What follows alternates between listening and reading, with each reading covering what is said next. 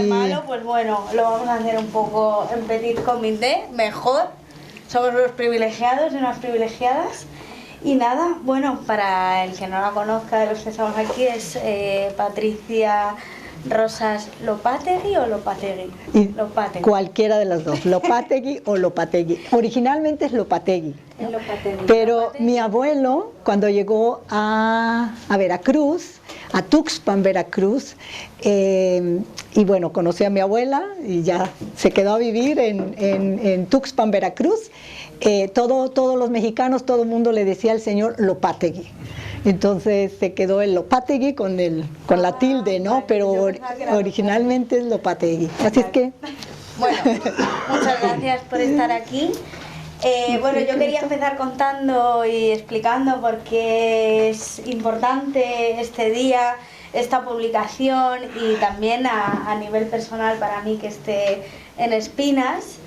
Y bueno, en Espinas nos dedicamos a hacer una labor de rescate literario, recuperamos a escritoras olvidadas, que lo han sido por diferentes motivos. Creo que el de Elena Garro es un motivo especialmente violento, sí, sangrante, que debería poner la cara colorada a más de uno. Y bueno, yo conocí Inés, el libro de Elena Garro, hace unos 10 años, más o menos, una cosa así. Lo encontré a Elena Garro de casualidad porque estaba buscando información sobre Elena Poniatowska. Yo tenía un blog de escritoras olvidadas y de repente encontré Elena Garro y dije, no me sonaba de nada. Yo he estudiado filología hispánica y aún así pues no había tenido información sobre esta escritora nunca. Y fue cuando me puse un poco a bucear, a investigar, encontré a esta extraordinaria escritora y leí Inés. Fue el primer libro que yo leí de Elena Garro, me quedé absolutamente fascinada con ella y bueno, pues poder publicarlo en Espinas, ser su editora aquí en España me parece un sueño. Y quería que contases tú un poco cómo conoces a Elena Garro y por qué estás aquí, por qué es tan importante. Bueno, pues primero, antes que nada, muchísimas gracias, Alicia. Estoy realmente muy contenta. Igual, así como para ti ha sido un sueño publicar Inés aquí en Madrid, en España, para mí igual, ¿no? Porque desde que descubrí a Elena Garro, me di cuenta que era una escritora que había que rescatar, ¿no? Su obra, su figura, su trabajo, etcétera, no solamente en México, sino también en España y obviamente en Hispanoamérica, ¿no? En Latinoamérica, incluyendo por supuesto Brasil, como una escritora fundamental, ¿no? Dentro de la literatura, pues vamos a decir, de habla hispana, ¿no? Y ha sido muy difícil esta labor titánica, ¿no? Precisamente por esa leyenda negra desde hace muchas décadas. Y yo diría que es una leyenda negra que no solamente no nació en el 68, que no nació a raíz de la masacre de Tlatelolco. Es una leyenda que se fue construyendo paulatinamente. Yo me atrevo a decir que desde que aceptó ser novia de Octavio Paz, ¿no? Porque en ese momento los proyectos de Elena Garro, como una chica, una joven que tenía grandes intereses en la literatura, en el cine, en el arte, en la danza, pues quedaron truncados, ¿no? Y bueno, después por diferentes razones esa leyenda negra siguió construyéndose ya desde diferentes ángulos, ¿no? Por un lado, vamos a decir, el ángulo de la sociedad patriarcal, por otro lado ya va a venir la leyenda negra por la cuestión política, ¿no? O también por el lado de la justicia social, que ella va a luchar en favor de los desheredados. Entonces va a ser una figura muy molesta, tanto para la sociedad patriarcal como para el contexto político-social mexicano, porque es una escritora que va a ir en contra del statu quo, ¿no? Que va a ir en contra del poder, de las injusticias, de la corrupción. ¿Y qué significa que en México se haya opacado a Elena Garro? ¿Qué hemos perdido, ¿no?, con este silencio?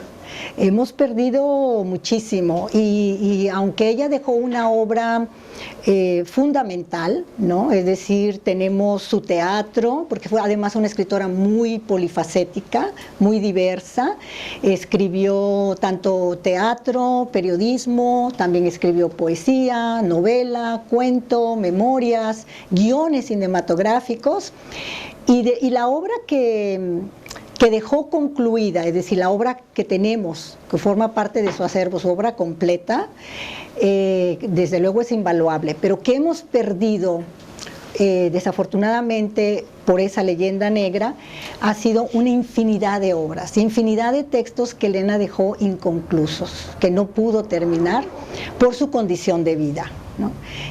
Su condición de vida no solamente a raíz del 68, de la masacre en Tlatelolco, que podríamos hablar al respecto, sino desde antes, ¿no? Porque Octavio Paz, como producto de la sociedad patriarcal mexicana, pues fue una persona que por décadas no permitió que ella desarrollara su proyecto de vida como escritora, ¿no?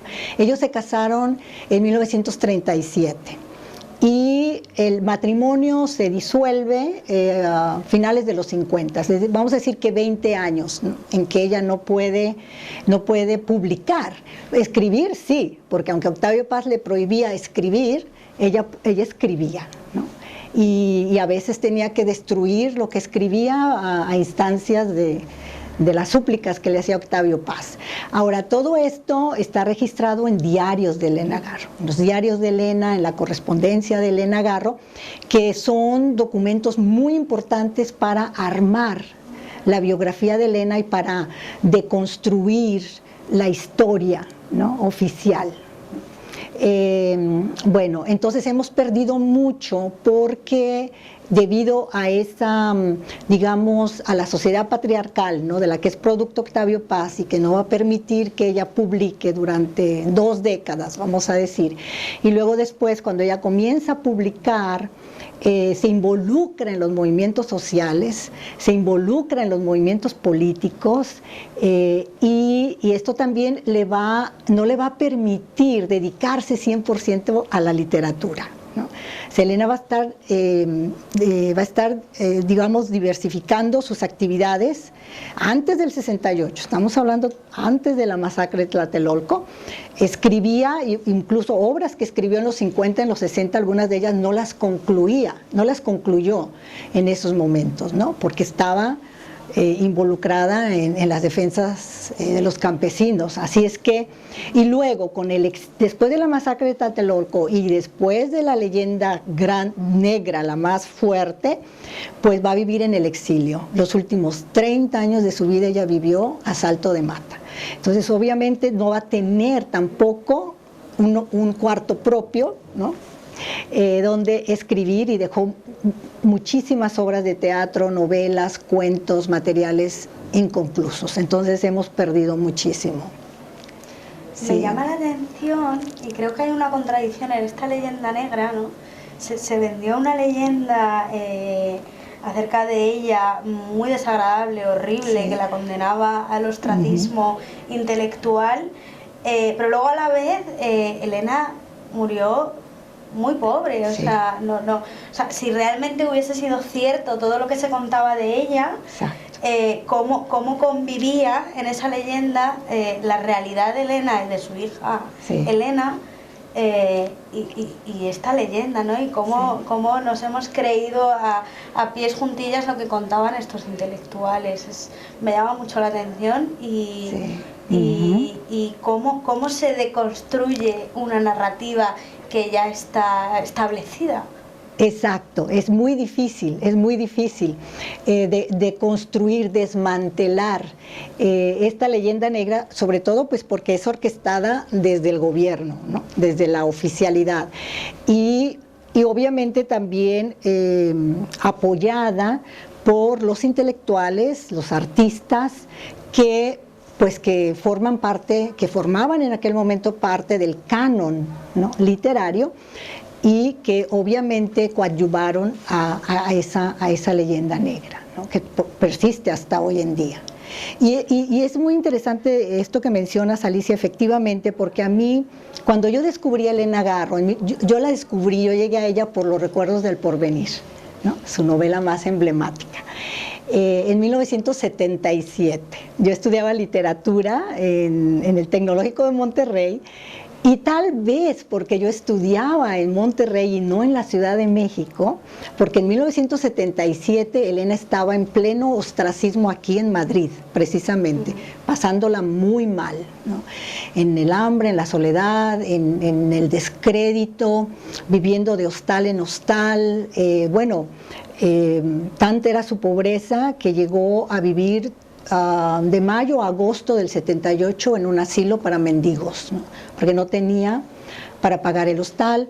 Octavio Paz les mandaba una mesada, pero cuando él decidía que ellas no lo obedecían, les suspendía la mesada, ¿no? Entonces, a veces no llegaba la mesada por 3, 4 meses y se quedaban en blanco, porque además no les daban trabajo. O sea, estaba prohibido que ellas tuvieran trabajo. Y todo esto, les vuelvo a repetir, lo pueden leer en los diarios de Elena Garro o en su correspondencia, ¿no? Son situaciones bastante duras. Y entonces, ¿qué sucedió ahí, no? Que Elena, al estar completamente sin trabajo, en el descrédito, en la soledad, etcétera, era como una leprosa, decía ella, ¿no? Es como si tuviera lepra, es decir, nadie se acercaba, nadie las apoyaba. Y esto, volviendo a cuando yo descubro a Elena Garro en 1977, yo creo que mi profesora de literatura mexicana nos dio a leer Los recuerdos del porvenir, porque no estábamos en la Ciudad de México. Esto es algo que yo simplemente es mi hipótesis, ¿no? Porque de Elena en esa época no circulaba nada, ni nadie quería hablar de Elena Garro, ¿no? Estaba prohibida, pues. O sea, fue un poco un tropiezo también, sí, ¿no? Sí. Un encuentro fortuito. Totalmente fortuito, exacto. Y yo creo también porque mi profesora de literatura era muy joven, ¿no? Entonces estaba completamente desprendida de todo prejuicio, de ese prejuicio que se había orquestado en la Ciudad de México. Estamos hablando de los años 70 también, en donde no había redes sociales. Entonces Monterrey estaba como muy aislado de situaciones, ¿no? que sucedían en la Ciudad de México, intelectualmente, culturalmente hablando, ¿no? Bueno, entonces cuando leí Los recuerdos del porvenir, efectivamente yo me planteaba eso, yo decía, ¿por qué de esta escritora no sabemos nada? Obviamente en ese curso leímos a Carlos Fuentes, leímos a Martín Luis Guzmán, es decir, era un curso de literatura mexicana que iba desde la Revolución Mexicana, ¿no? Hasta la época más contemporánea. Entonces leímos, digamos, estos autores, Mariano Azuela, y entre estos escritores de pronto aparece esta mujer, Los recuerdos del porvenir, y yo decía, ¿y esta escritora quién es? ¿Dónde está? ¿Qué sabemos de ella? Mi profesora no sabía tampoco casi nada de ella. A ella le había parecido una novela excelente, ¿no? La había leído ella como estudiante. Entonces la empiezo a leer y digo, bueno, aquí hay gato encerrado, ¿no? Si no sabemos nada de esta escritora, y claro, yo conforme voy investigando poco a poco sobre ella, porque en 1980 me fui a vivir a la Ciudad de México, precisamente para seguirle la pista a Elena Garro, porque en la provincia era imposible.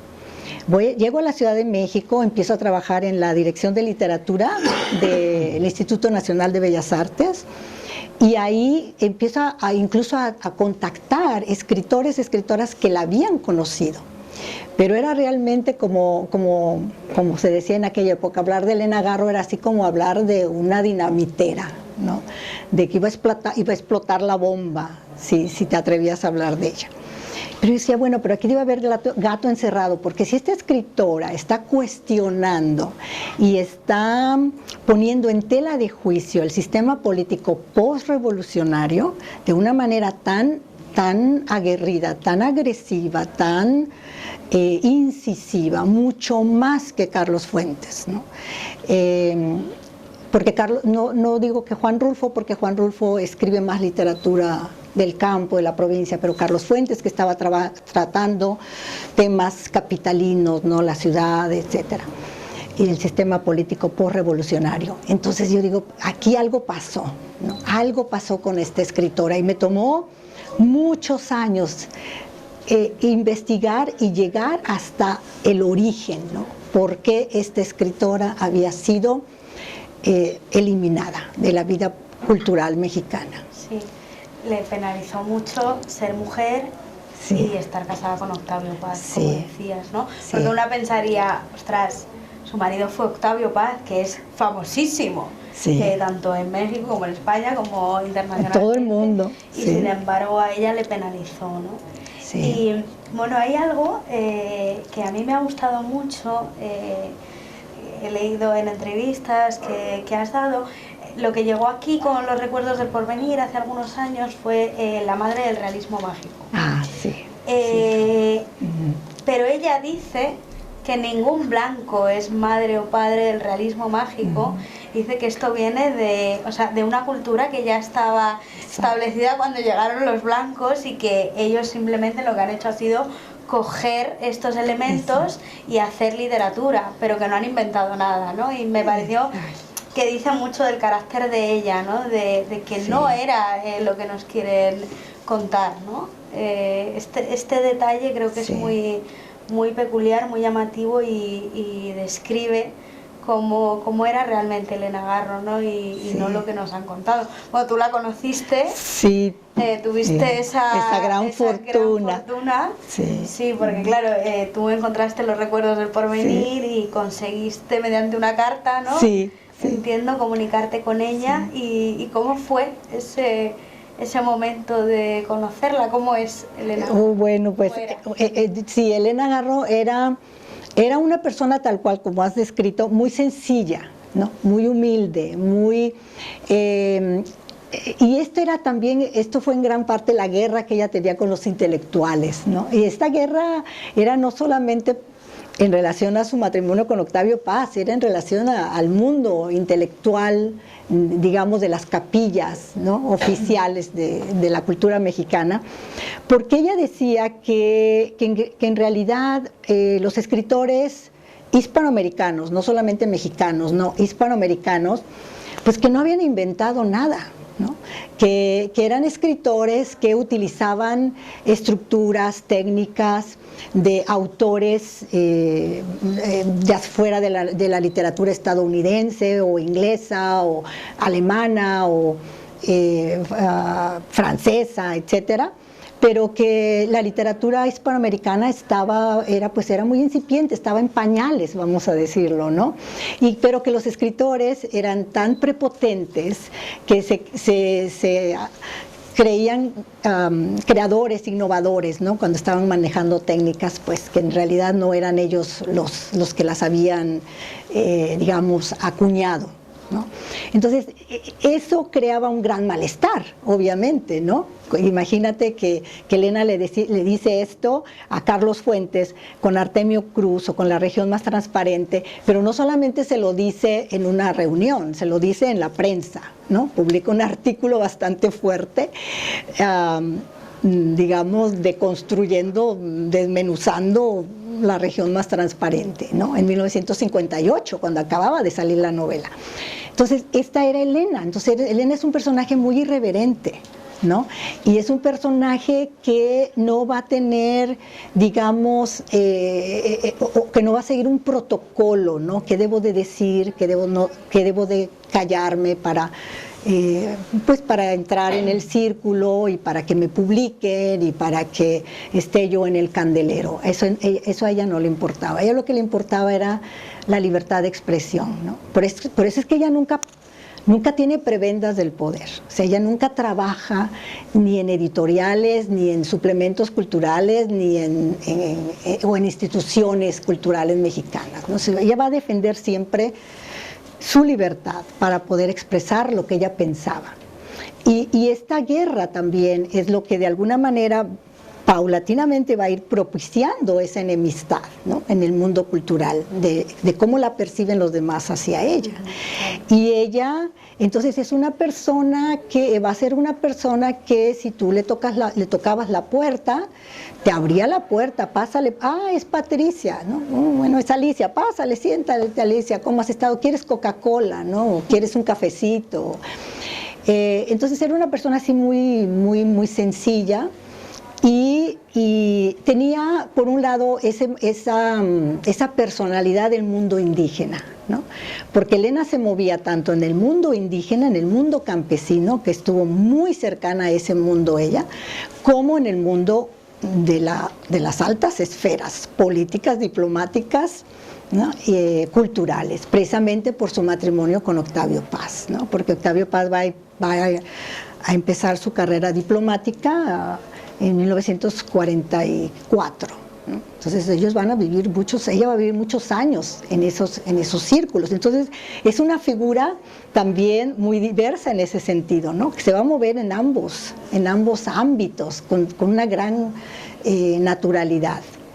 Y efectivamente eso es lo que ella decía, que el realismo mágico no era más que una etiqueta que habían creado las editoriales para comercializar la literatura hispanoamericana, ¿no?, como el gran descubrimiento.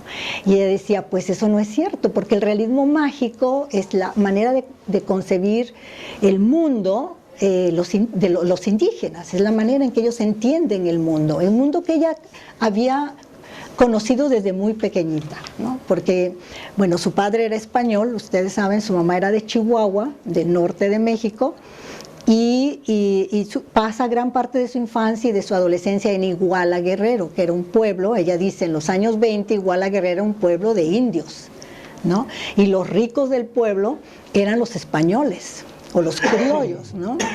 Y su padre, como español, era un comerciante, entonces ellos eran los ricos del pueblo, ¿no? Y tenían nanas, mozos que eran indígenas. Pero ella va a estar tan compenetrada con ellos que bueno, como ella dijo en una ocasión, los defendí tanto a los campesinos, a los indígenas, hasta que me hundí junto con ellos, ¿no? Se hundió junto con ellos. Entonces esa va a ser esa Elena, ¿no? Y esto, que el realismo mágico, que usted es la madre, que usted es la creadora, o que si es Juan Rulfo, que si es Elena Garro, que si quién es quién, o que si es García Márquez, bueno, pero ¿de qué me están hablando, no? Sí, además tiene mucha razón, porque sí, es verdad, o sea, al final todo se acaba utilizando como herramientas de marketing, y para alzar a uno hay que dejar a otro por debajo, o comparar, o siempre pasa, o sea, que era una mente preclara, ¿no? Sí, Elena. Sí. Y bueno, yendo un poco más a Inés,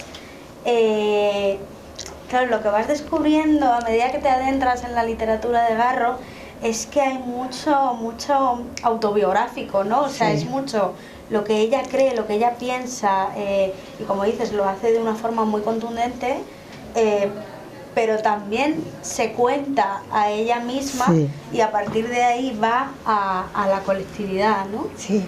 Que es muy complicado hacer esto, parece fácil, pero realmente es muy difícil. Y yo quería preguntarte si entiendes, Inés, como una suerte de revancha, ¿o no? ¿Por la cuestión autobiográfica? Sí, por el personaje de Javier. Hay un personaje que es Octavio Paz, bastante claramente. Sí. No, yo no creo que sea de revancha. No lo creo.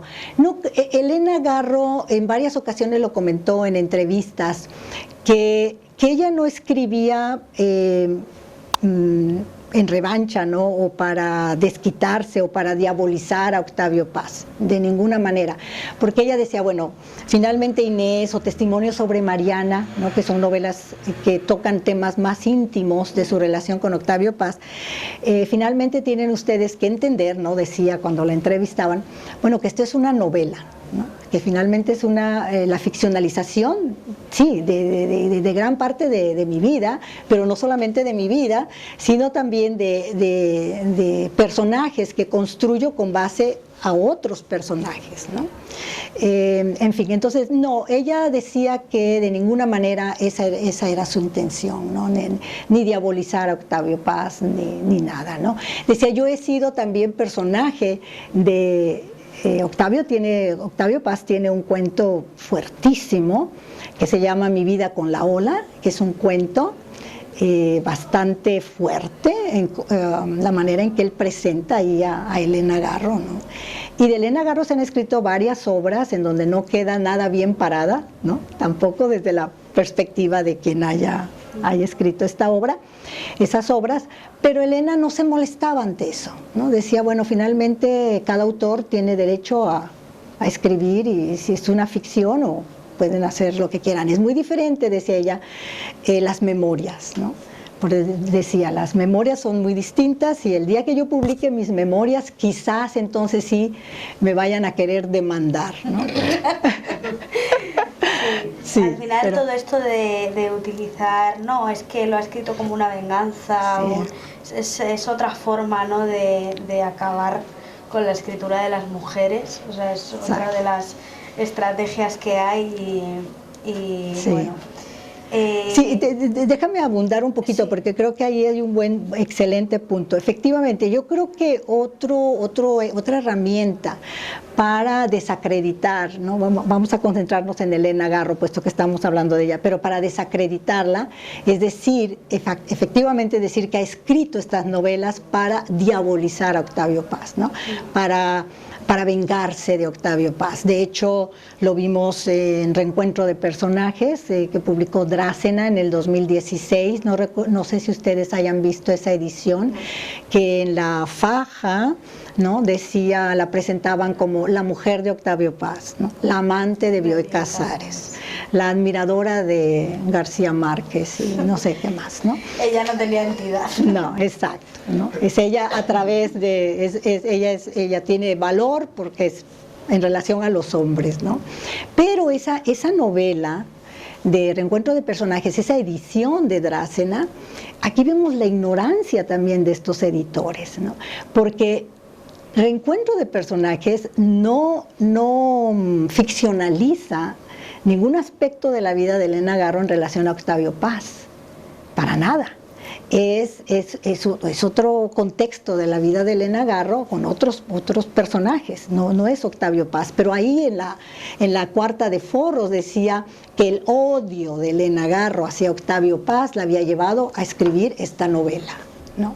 Entonces es una manera nuevamente de volver, de reincidir en ese descrédito hacia ella, ¿no? Y de quitarle valor a su literatura. Exacto, ¿no? Exactamente. Así es. Sí.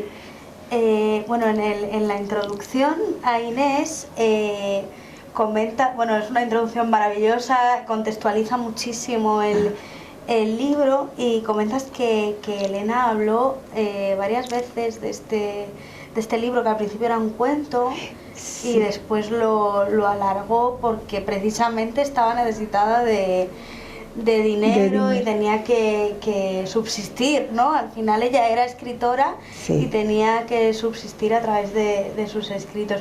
No sé si llegaste a hablar con ella de esta obra concretamente. Sí, claro. Me gustaría preguntarte, sí, ¿qué te dijo? Sí, hablamos de Inés, no solamente habló conmigo de Inés, hay un sinfín de entrevistas de Elena Garro respecto a esta novela, y ahorita les voy a decir por qué. Primero voy a darles un poco el paratexto, ¿no?, en términos de la novela. Elena Garro, y esto con base en las entrevistas, ¿no?, lo que Elena Garro dijo en entrevistas, no solo conmigo, con otros personajes en los años 90, y en sus diarios también. Ella conoció a Inés, al personaje, la protagonista de esta novela, a finales de 1961, entre finales del 61 principios del 62. Elena Garro vivía en París y Octavio Paz también estaban en París, pero ya ellos estaban separados. Octavio Paz estaba en una relación amorosa con la artista italiana Bona Tibertelli de Pisis, Elena Garro había terminado una relación con un cineasta, Archibaldo Burns, ¿no?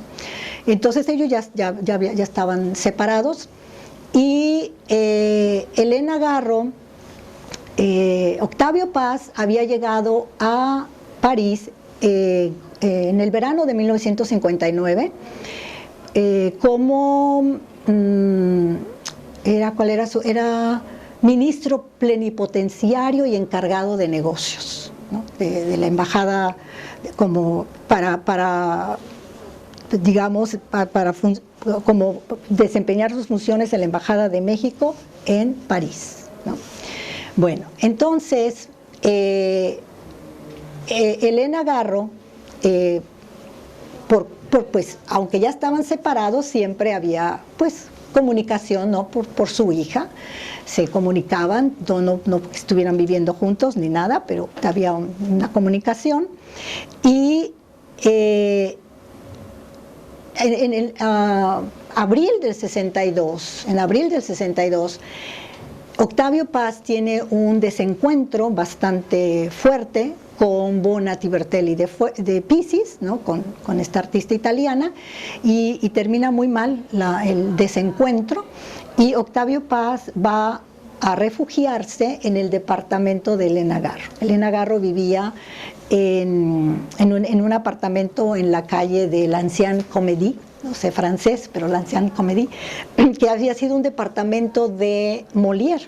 Ella vivía ahí con su hija Elena Paz. Entonces Octavio Paz se refugia con ella y ellos viven ahí, conviven 3 meses, ¿no? 4 meses. Y Elena, en ese periodo es cuando precisamente tienen lugar los eventos que ustedes van a ver en esta novela, ¿no? Pues eran una especie de ritos, de orgías que llevaban a cabo miembros de la Embajada de México en París, intelectuales de diferentes países de América Latina y también franceses, ¿no? O sea, llevaban a cabo estos ritos, estas orgías en diferentes sitios, y era un grupo de snobs, ¿no? de intelectuales y de artistas, que es lo que recoge la novela. Entonces Elena estaba enterada de todo esto, porque además a ella también la invitaban a estas reuniones, a estas fiestas, y cuando termina Octavio Paz finalmente su relación con Bona, Octavio Paz es nombrado embajador de México en la India, ¿no? Más en esa época, y él presenta sus credenciales en septiembre del 62, se va a la India, ¿no? Entonces Elena se queda en París todavía, y ahí, porque Elena solía escribir lo que le impactaba al calor de los acontecimientos, ¿no? Entonces comienza a escribir Inés, y inicialmente iba a ser un cuento, pero ella tenía mucho miedo.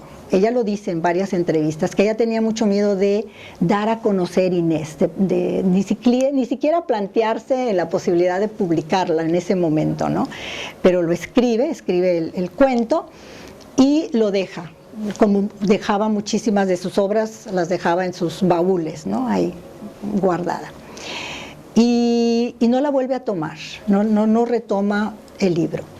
En 1900, ella comentó que había retomado Inés 10 años después, en el 72. En el 72 Elena ya está en el exilio, ya está, digamos, no en el exilio, pero en el ostracismo en México. Probablemente, si es que retomó la novela en el 72, lo haya hecho en la Ciudad de México, cuando ella vivía en la colonia Polanco, que estaba muy aislada, porque ya nadie la visitaba, ¿no? Ya no tenía vida social ni nada. Y después no hay otro registro de cuándo terminó Inés, hasta 1975, cuando está ya en Madrid. Aquí en Madrid, en sus diarios, hay un diario de Madrid en donde ella registra que está trabajando Inés y que quiere terminar Inés, ¿no? Y bueno, está muy preocupada, y se nota su desesperación por tener tiempo, por tener calma, por tener, pues sí, sobre todo espacio y tranquilidad, ¿no?, para terminar la novela, que ya se va convirtiendo en una novela, ¿no? Y luego, a finales de los 70, llegó a Emilio Carballido, un dramaturgo mexicano que fungió una especie como su agente literario, era quien le publicaba en México. En 1980 se rompe el silencio en torno a Elena, se publica Andamos huyendo Lola, que son sus textos del exilio en España. Se publica, Testimonio sobre Mariana gana el premio de novela Grijalbo, se publica Testimonio, se publica Reencuentro de personajes. Entonces, se empiezan a publicar obras de Elena después de un gran silencio, ¿no?, del 80 al 83, más o menos. Entonces Elena está muy emocionada y dice, oh, ya me están publicando en México, ¿no? Y además le publican Testimonio sobre Mariana, que es una novela, es la relación de ella con Octavio Paz en la época de París, de los años 40, ¿no? Y entonces se entusiasma y dice, bueno, ahora creo que puedo publicar Inés, ¿no? Entonces manda la novela Inés, en 1982 se la manda a Grijalbo. Pero en ese mismo periodo le rechazan otra novela, que es la de Mi hermanita Magdalena, porque en Mi hermanita Magdalena comienza, la primera frase es: la desdicha de mi familia y de mi hermanita comenzó el día en que se casó con Enrique, ¿no? O sea, ahí está la alusión al matrimonio, ¿no? La desdicha de la familia, la desgracia de la familia. Y entonces la rechaza Grijalbo, porque ya Testimonio sobre Mariana en 1981 en México había causado un gran malestar, sobre todo a Octavio Paz, ¿no? Entonces le rechazan Mi hermanita Magdalena y dice, no, me van a rechazar Inés, ¿no?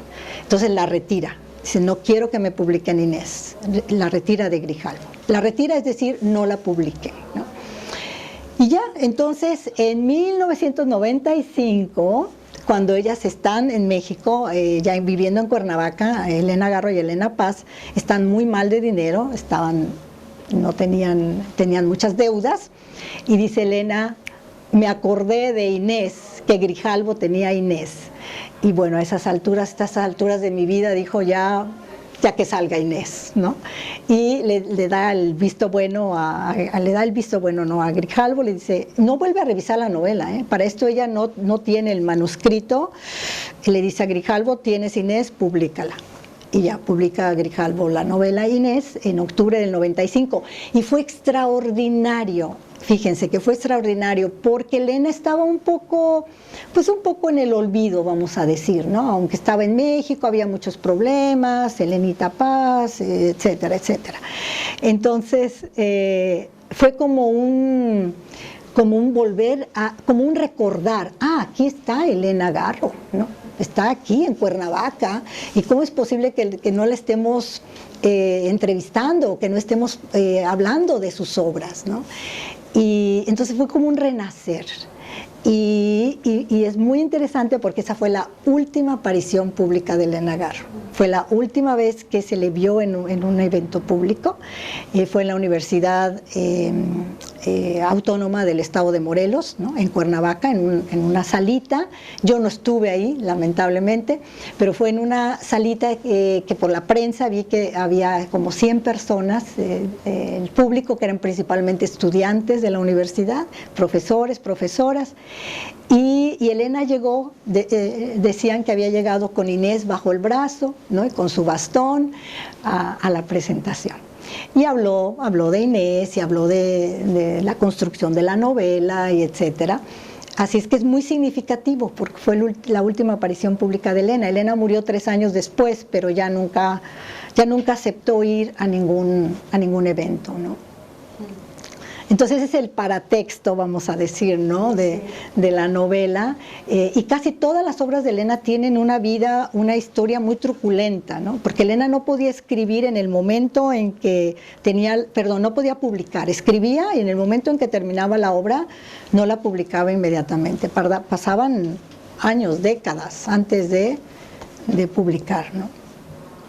En Inés pasa algo que es un poco lo que hemos comentado antes, que ella es capaz de ir de lo individual a lo universal, sí. Y es un libro que, aunque parezca, o sea, es un libro, es una novela cortita, parece muy sencilla, pero tiene muchísimo trasfondo, sí. Y dentro de lo que ella está contando, que al final ocurre en una casa, sí. Cómo desde esa casa hace una crítica a la misoginia, sí. ¿No?, que impera, y a las clases poderosas, ¿no? Sí. O sea, como lo que decías de ella estaba con los campesinos, o sea, sí. Ella sí hace en Inés sí hace un trabajo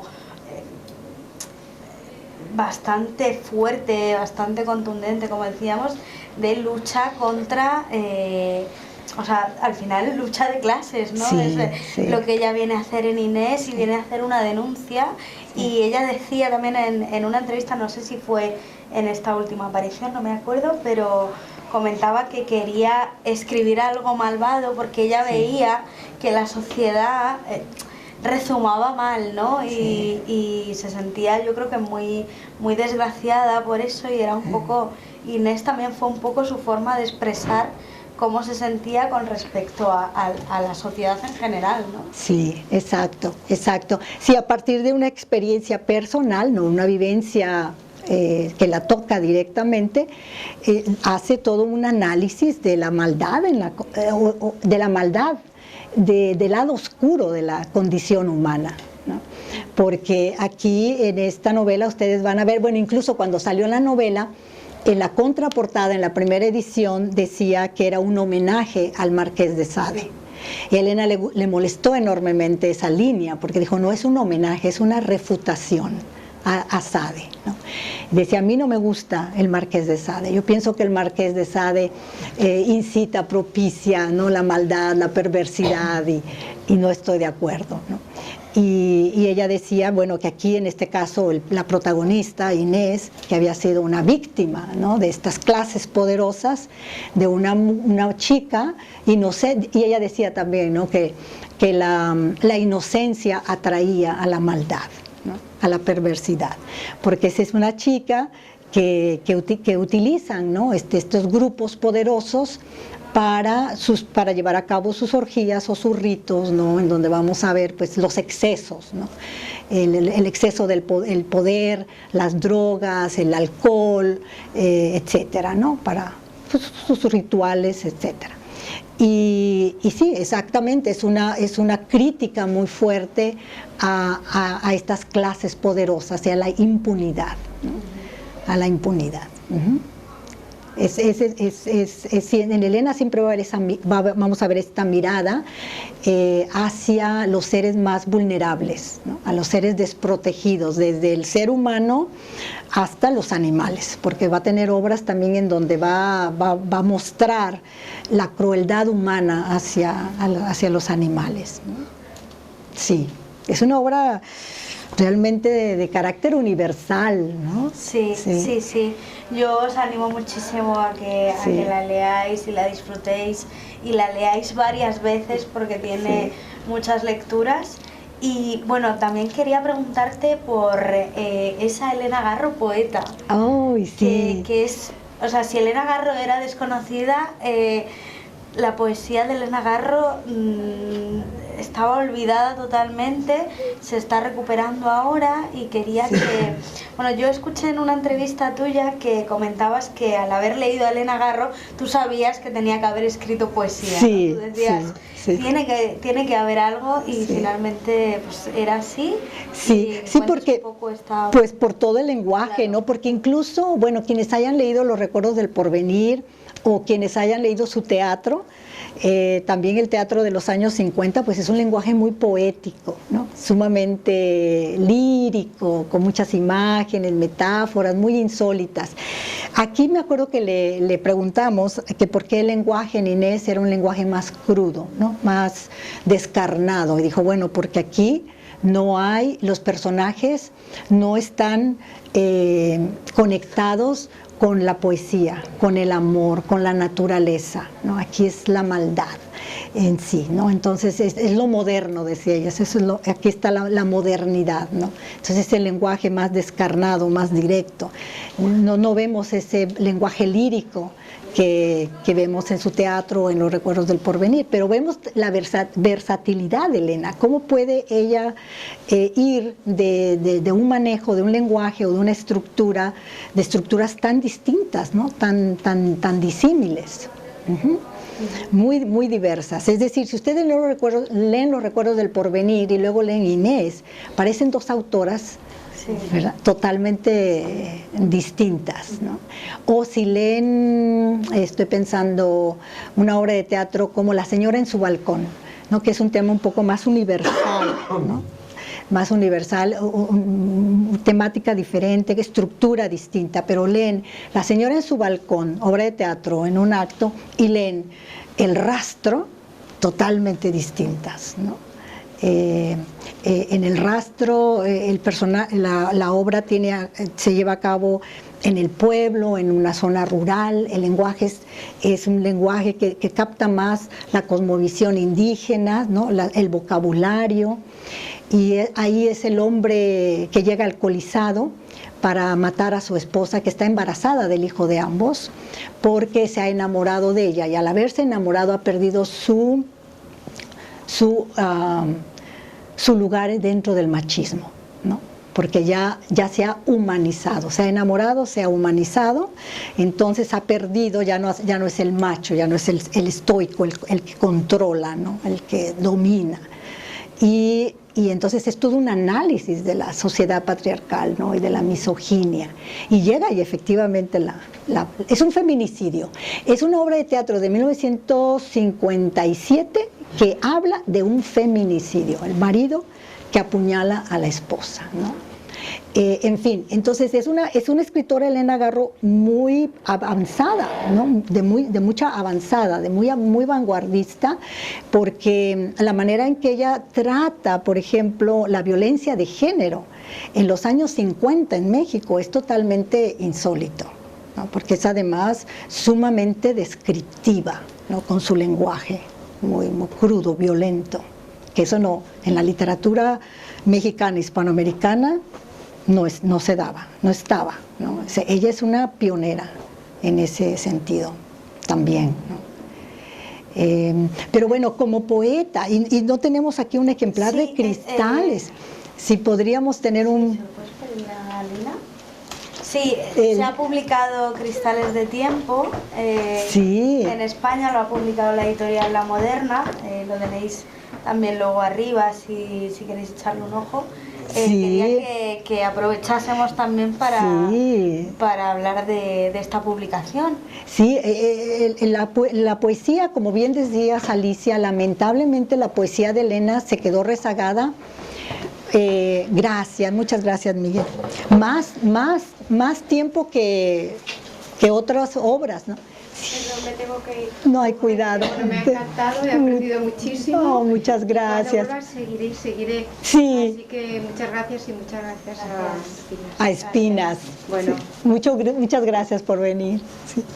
Sí, la poesía de Elena, la razón por la que se quedó rezagada, que no se publicó, fue precisamente porque Octavio Paz, como su carrera esencialmente ha sido de poeta, ¿no?, ensayista, pero principalmente poeta, cuando ellos estaban viviendo en París, en la segunda mitad de los años 40, que Octavio tenía un puesto en la Embajada de México en París, en la época de la posguerra, Octavio le dijo a Elena que ese era su terreno y que imposible que no se le fuera a ocurrir publicar su poesía, ¿no? Y bueno, obviamente le prohibía escribir, pero pues Elena escribía y escribió siempre, ¿no?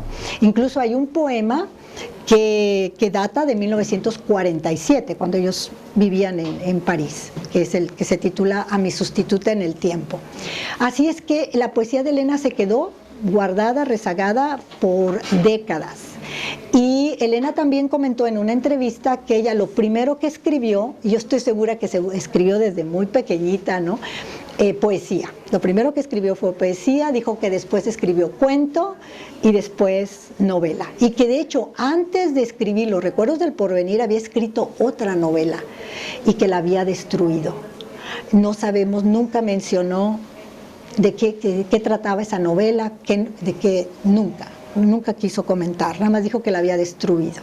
Bueno, entonces en el año 2006, cuando estaba yo trabajando con Elenita Paz, con la hija de Elena, Elena murió en el 98, Elena nunca quiso publicar su poesía en vida, nunca. Yo deduzco que ella respetó ese pacto que había tenido con Octavio Paz, ¿no? O sea, hubo un pacto en el que, ok, vas a poder empezar a publicar, sí, él desde luego coadyuvó para que se publicara Los Recuerdos del Porvenir, sus obras de teatro, etcétera, pero la poesía no. Y la razón es porque él decía pues que ese era su terreno y ahí no quería competencia, ¿no? Y Elena respetó ese pacto, nunca, porque en los últimos años de su vida se le preguntaba, hay rumores de que usted tiene poemas. Ella nunca hablaba de sus poemas, nunca. Hay rumores de que usted escribió poesía. ¿Y dónde están esos poemas? Están guardados en los baúles. Escribí muchos poemas cuando me enamoré de Bioy Casares, ¿no? El escritor argentino. Y efectivamente, la mayoría de los poemas son poemas a Bioy. Pero la poesía es para los jóvenes, decía. Yo no soy poeta, yo soy novelista. Entonces siempre evitaba el tema. Pero Elena Paz, que en varias entrevistas estaba ahí, Elenita Paz, decía, mamá, es muy importante que publiquemos tus poemas, son tan importantes como los de mi papá, ¿no? Tenemos que publicarlos. No, ya te dije que no. Y así delante de los reporteros, quien estuviera decía no. Bueno, Elena murió en el 98, en el 2006, yo estaba trabajando con Elenita Paz. Le dije, Elena, yo creo que ya es tiempo, ¿no? De que ahora sí vamos a publicar la poesía de tu mamá. Sí, vamos, ya es tiempo, ¿no? Y de hecho, en el prólogo que hago aquí, hay algunas partes de esas entrevistas que tuve con Elena, en donde le preguntaba yo, oye, Elenita, este poema de tu mamá, ¿cuándo lo escribió? ¿En qué época? Por ejemplo, Mi cabeza cuarteada. Mi cabeza cuarteada, cuando yo leí ese poema pensé que hacía referencia al 68, porque es la mujer que se va desmoronando, ¿no? Que la arena la va cubriendo y está completamente destruida, ¿no? Y yo pensaba, esto ha de haber sido a raíz del 68, porque no todos sus poemas tenían la fecha, ¿no? Y no pude hablar de todos los poemas con Elena Garro, ¿no? Entonces me dijo, no, ese poema es que así se sentía con mi papá. Ese poema es de la época de finales de los 40, principios de los 50. Y aquí está, ¿no? Entonces yo registré lo que ella me iba indicando de algunos de los poemas. Y bueno, entonces finalmente el libro salió en el 2016, en el marco del centenario de Elena Garro, que fue la primera edición en México, y luego en coedición con La Moderna, que es una editorial de Cáceres, de aquí de Extremadura. Ellos publicaron esta edición en el 2018 y esta es la segunda edición del 2023. Muy bien, o sea que interesa. Sí, interesa muchísimo la poesía de Elena. Yo quisiera leerles unos poemas, pero no sé si ustedes tengan tiempo o siquiera. Claro. Sí, bueno, podríamos leer. ¿Qué podríamos leer? Tal vez el poema a mi sustituta en el tiempo, que es el poema más, digamos, es París 1947, ese está fechado, por ejemplo, ¿no? Bueno, miren, a ver, a mi sustituta en el tiempo. Cuando ya solo quede de mi pie el eco en las aceras, cuando de mis ojos solo la torre que miraron y de mi lengua ni una palabra girando en un oído, cuando solo los signos escritos en el aire por mis manos, cuando en el mar solo el perdido golpe de las olas y de esta lágrima no quede rastro en la memoria, todavía tú, amiga, que me esperas más allá de este tiempo, encontrarás mi enojo porque han vuelto tan inútil este mundo. Bueno, ese es el poema, digamos, más antiguo, ¿no? Y luego, por ejemplo, tiene este poema, que es también de París, de 1949, que cuando yo lo leí la primera vez, bueno, está dedicado a J.S. Entonces yo le pregunté a Elenita, ¿quién es J.S.? Me dijo, es Joseph Stalin. No lo esperábamos. No, yo pensaba un intelectual, ¿no? No, bueno, se los voy a compartir. Sí. Dice, sol impotente, no proyectas sombra. Tu luz solo calienta la sangre de los asesinos. Tu luz mata a los poetas y a los hombres. Inventor de palizas, gran creador de esclavos, gran padre de los piojos, protector de insectos pestilentes. Durante 30 años has golpeado a los hombres en las corvas. Palo ciego el tuyo, buscas al enemigo hasta debajo de las piedras. París, 1949. Ya. Y bueno, no sé si quieran un poema a Bioy Casares. Venga, así acabamos. Pues miren, que acabamos con el amor porque en los poemas de Adolfo Bioy Casares hay poemas de amor y también poemas de desamor, porque ustedes saben, ella estaba casada con Octavio Paz, él con Silvina Ocampo, entonces era una relación que no pudo llegar a nada, ¿no? Pero a Octavio Paz hay un poema, que si quieren también podemos leerlo si nos da tiempo. El único poema a Octavio Paz que sobrevivió, a lo mejor hubo más, o que destruyó o que se perdieron, no sabemos, pero los debió y los guardó como un tesoro. Y este es un poema de amor, ¿no? Se llama Viaje. Miro tu rostro, su dorada geografía, las pendientes, los minúsculos ríos, navego sin parar por ellos. Siempre es otoño, siempre hay hojas cayendo y pájaros que se despiden. Voy de viaje, hermana, voy al país abierto, navegable, del rostro de mi amado. París, 1950. Bueno, y no sé si quieran oír el de Octavio Paz. ¿Sí? Bueno, este es el poema Octavio Paz. Este es un poema posterior. El poema Octavio Paz es del 18 de enero de 1955 y se titula O. O, period. O, punto. Okay. Todo el año es invierno junto a ti, rey Midas de la nieve. Huyó la golondrina escondida en el pelo.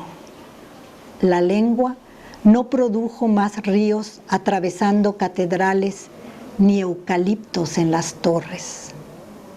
Huyó por la rendija la ola azul en cuyo centro se mecía la paloma. El cielo blanco bajó para ahogar a los árboles.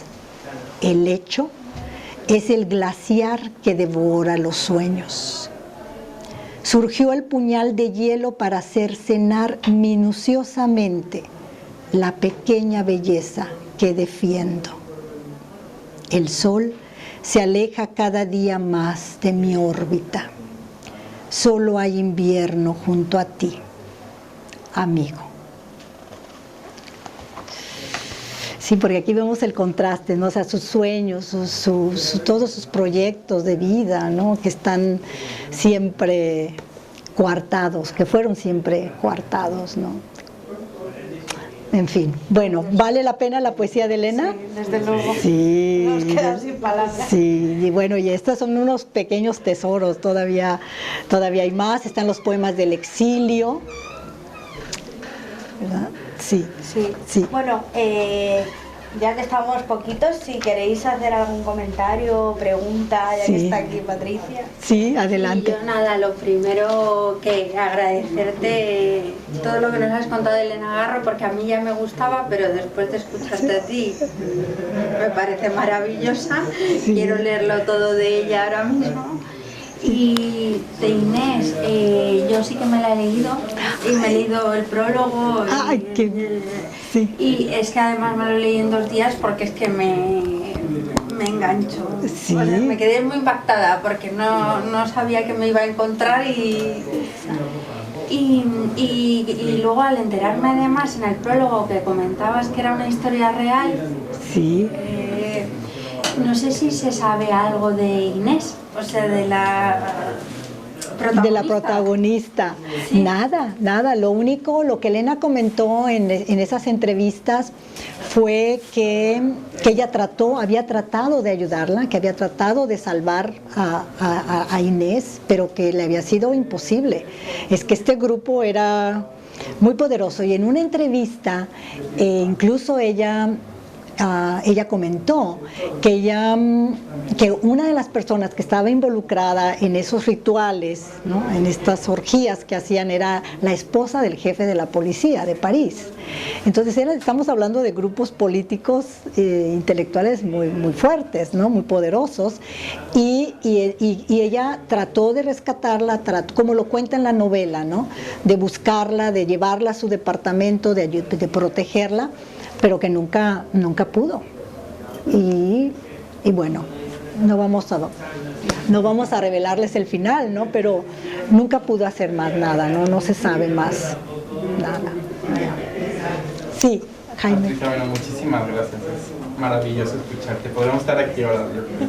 Sí, gracias, Creo que Jaime. es algo que vas a tratar mañana, pero me gustaría saber un poco más de la relación de Elena con España. Ay, Sé que sí, fue sí. profunda, que viene desde sus orígenes, Sí. y más o menos como cuándo vivió aquí, cuánto estuvo, cómo fue. Si nos puede platicar. Ay, claro que sí, Jaime, muchísimas gracias. Sí, por supuesto, es que Elena Garro, realmente, ¿no es cierto, Jaime? Bueno, como mexicanos y estando aquí en España, que Elena realmente es ese puente perfecto, ¿no?, entre España y México, porque su padre, como les mencionaba, era español, ¿no?, era de Asturias, su madre de Chihuahua, del norte de México.